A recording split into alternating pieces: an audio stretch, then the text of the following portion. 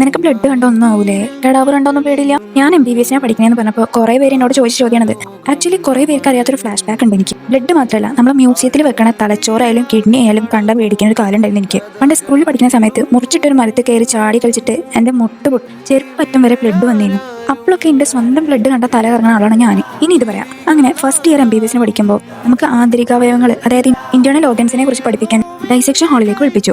അതിനു മുമ്പേ ഈ ഡൈസെക്ഷൻ ഹാളും കടാവറും എല്ലാം ഞാനും സിനിമയിൽ കണ്ടിട്ടുള്ളൂ. സോ ഞാൻ നല്ല എക്സൈറ്റഡ് ആയിരുന്നു അതെല്ലാം കാണാൻ. ബട്ട് അത് കണ്ടപ്പോൾ പേടി തോന്നിയെങ്കിലും ബാക്കി ആരും പേടി പുറത്ത് കാണിക്കാത്തതുകൊണ്ട് നമുക്ക് നമ്മളെ അഭിമാനം വലുതാണല്ലോ. ഞാനും പേടി ഉള്ളിൽ ഒതുക്കി. അന്ന് 3 ബാച്ചാണുള്ളത്. ഓരോ ബാച്ചിലും 33 കുട്ടികളാണ്. എന്റെ റോൾ നമ്പർ 66. സോ മാം അന്ന് തൊറാക്സിനെ കുറിച്ചാണ് പറഞ്ഞത്, അതായത് നെഞ്ചുംകൂട്. എന്നിട്ട് മാം പറഞ്ഞു ഡെയിലി 2 പേര് വീതം ഡൈസെക്ട് ചെയ്യണം. എനിക്ക് ആശ്വാസമായി. എന്റെ റോൾ നമ്പർ അന്ന് 66 അല്ലേ. സോ ഞാൻ ലാസ്റ്റേ വരുള്ളൂ. സോ ബാക്കി എല്ലാവരും ചെയ്ത് കണ്ട് തഴമ്പിച്ചിട്ട് എനിക്ക് ചെയ്യാന്ന് വിചാരിച്ച് ആശ്വസിക്കായിരുന്നു ഞാൻ. ബട്ട് അവിടെയാണ് ടെസ്റ്റ് ഉണ്ടായത്. മാം പറഞ്ഞു ഇന്ന് ഫസ്റ്റ് റോൾ നമ്പറും ലാസ്റ്റ് റോൾ നമ്പറും ചെയ്യട്ടെ. എനിക്ക് പെട്ടെന്ന് മരവിച്ച പോലെ തോന്നി. ബട്ട് മാം വിളിച്ചപ്പോൾ ഞാനൊരു റോബോട്ടിന്റെ പോലെ അങ്ങോട്ട് ചെന്നു. മാം വരലുകൊണ്ട് ഇവിടുന്ന് ഇങ്ങോട്ട് വിട്ടെന്നല്ല എന്നോട് പറഞ്ഞു. ഞാൻ അതുപോലെ കടാവറിന്റെ തൊറാക്സ് കയറി. ചോര കണ്ടാ പേടിക്കണ ഞാൻ ഇതൊരു പോറിൽ പോലും ഇല്ലാത്ത കടാവറിന്റെ നെഞ്ചു വിട്ടിരിക്കണം. ഇപ്പൊ ആലോചിക്കുമ്പോൾ എനിക്ക് തന്നെ വിശ്വസിക്കാൻ പറ്റണില്ല. എങ്ങനെയാണ് അത്രയും പേടിണ്ടായെന്ന് എനിക്ക്.